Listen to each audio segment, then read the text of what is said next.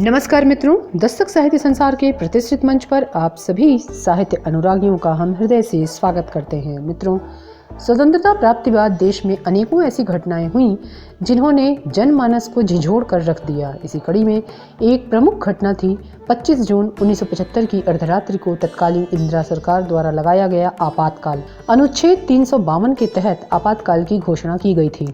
21 महीनों के आपातकाल के विरोध में हुए व्यापक जन विद्रोह को द्वितीय स्वतंत्रता संग्राम भी कहा गया है। ज्ञातव्य है कि इस आपातकाल का विरोध करने पर सभी विपक्षी दलों को जेल में ठूंसकर भयंकर यातनाएं दी गईं। इसमें सबसे ज्यादा करीब 1 लाख स्वयंसेवक, कार्यकर्ता एवं प्रचारक राष्ट्रीय स्वयंसेवक संघ के थे, जिन्हें मीसा और DIR के तहत बंदी बनाया गया। नो वकील, नो अपील, नो दलील का उस समय बोलबाला था। पूरे देश में अघोषित चुप्पी छाई हुई थी। भारतीय लोकतंत्र पर धब्बा बनी इस घटना को आज 47 वर्ष बीत चुके हैं, परंतु इस घटना को इतिहास एवं राजनीति से पूरी तरह हटा दिया गया। आज इसी आपातकाल पर एक संक्षिप्त चर्चा में हम जानते हैं और भी बहुत कुछ समाजसेवी साहित्यकार श्रीमती मंजू मिश्रा जी से। मंजू मिश्रा का जन्म वाराणसी उत्तर प्रदेश में 12 मई को हुआ। उच्च शिक्षित मंजू मिश्रा ने परास्नातक की शिक्षा प्राप्त की है। यह महिलाओं की शिक्षा एवं रोजगार तथा उनके सशक्तिकरण हेतु विगत 15 वर्षों से कार्यरत हैं। बेटी बचाओ बेटी पढ़ाओ विभाग में भी यह सक्रिय योगदान दे रही हैं। इनके लेख, कविताएं, कहानी आदि विभिन्न पत्र पत्रिकाओं में प्रकाशित होते रहते हैं। तो आइए आज इनसे सुनते हैं आपातकाल पर एक गहन चर्चा। मैं मंजू मिश्रा आंतरिक आपातकाल के संदर्भ में कुछ बातें कहना चाहती हूँ। आंतरिक आपातकाल 25 जून 1975 को लगाया गया, जो हमारे भारतीय इतिहास का सबसे काला दिन था।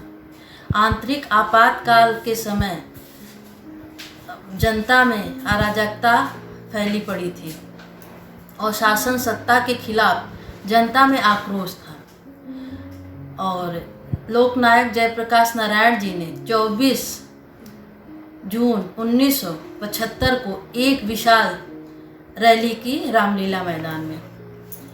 उन्होंने दिनकर जी की कविता से प्रेरित होकर जनता में जोश भरा।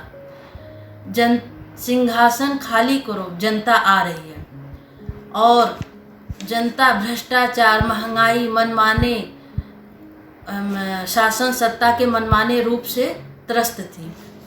आंतरिक आपातकाल की नींव 1971 के चुनाव के समय ही पड़ गई थी, जब बनारस के श्री राजनारायण जी रायबरेली से संयुक्त सोशलिस्ट पार्टी से इंदिरा जी के खिलाफ चुनाव लड़ा।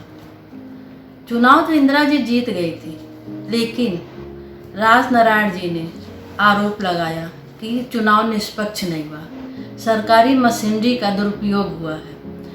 इसी तहत राजनारायण जी ने इलाहाबाद हाई कोर्ट में इंदिरा जी के खिलाफ मुकदमा चलाने की अपील की। जांच प्रक्रिया हुई और जांच प्रक्रिया में राजनारायण जी की बातें सही पाई गई, तो तत्कालीन न्यायाधीश जगमोहन सिन्हा जी ने इंदिरा जी के चुनाव को अवैध घोषित कर दिया और उन्होंने वोट डालने के अधिकार से भी वंचित कर दिया। तो शासन सत्ता की बहुत बड़ी हार थी। इंदिरा जी इस फैसले से हिल गईं और महत्वाकांक्षी इंदिरा जी चुनाव और शासन सत्ता किसी भी हाल में खोना नहीं चाहती थी। तो उन्होंने अपने पुत्र संजय गांधी से विचार विमर्श किया और विचार विमर्श का निष्कर्ष ये निकला कि झूठे मूठे आरोप लगा के, आंतरिक उपद्रव खतरा लगा के आपातकाल लगवा दिया जाए। और उसी समय लोकनायक जयप्रकाश नारायण जी 24 जून को रामलीला मैदान में वे विशाल जनसभा को संबोधित कर रहे थे। उन्होंने दिनकर जी की पंक्तियां दोहराते हुए जनता में जोश भरा। सिंहासन खाली करो, जनता आ रही है। और भ्रष्टाचार, महंगाई, शासन सत्ता के मनमानीपन से जनता त्रस्त थी। तो यही सब चीज़ें शासन सत्ता को, इंदिरा जी को हिला दिया था। तो उन्होंने कहा कि अब हम शासन करने के लिए आंतरिक आपातकाल लगाते। वो अपने बेटे से राय विचार विमर्श करने के बाद उन्होंने अपने गृह मंत्री ब्रह्मानंद जी को बुलाया और उन्हें तत्कालीन राष्ट्रपति फखरुद्दीन अली अहमद जी के पास भेजा। 11 बजे रात को, देखिए इतनी उनको महत्वाकांक्षा थी कि 11 बजे रात को राष्ट्रपति भवन में गृह मंत्री जी को भेजा। तो गृह मंत्री जी गए तो गृह मंत्री जी ने पूछा कि ये बताइए कैबिनेट से आप लोग की राय बात विचार विमर्श हुआ है? तो ब्रह्मानंद जी ने कहा जी नहीं। लेकिन पता नहीं राष्ट्रपति जी ने भी कोई सोच विचार नहीं किया और उन्होंने इंदिरा जी की बात को मान लिया।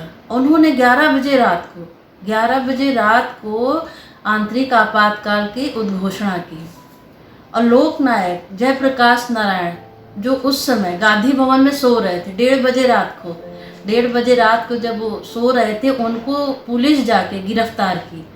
ये है आपातकाल का बुरा समय और इंदिरा जी की मनमर्जी और महत्वाकांक्षी इच्छाएं। और जो भी शासन सत्ता के खिलाफ बोल रहा था उन सभी को गिरफ्तार कर लिया गया और पूरे देश को एक जेल बना दिया गया, समझ लीजिए। ये है कांग्रेस की महत्वाकांक्षी नीति है, लोकतंत्र की हत्या। बहुत ही दुखद स्थिति थी उस समय देश की, चारों तरफ त्राही त्राही मचा था। धारा 21 के तहत लोगों के जीने का अधिकार छीन लिया गया था।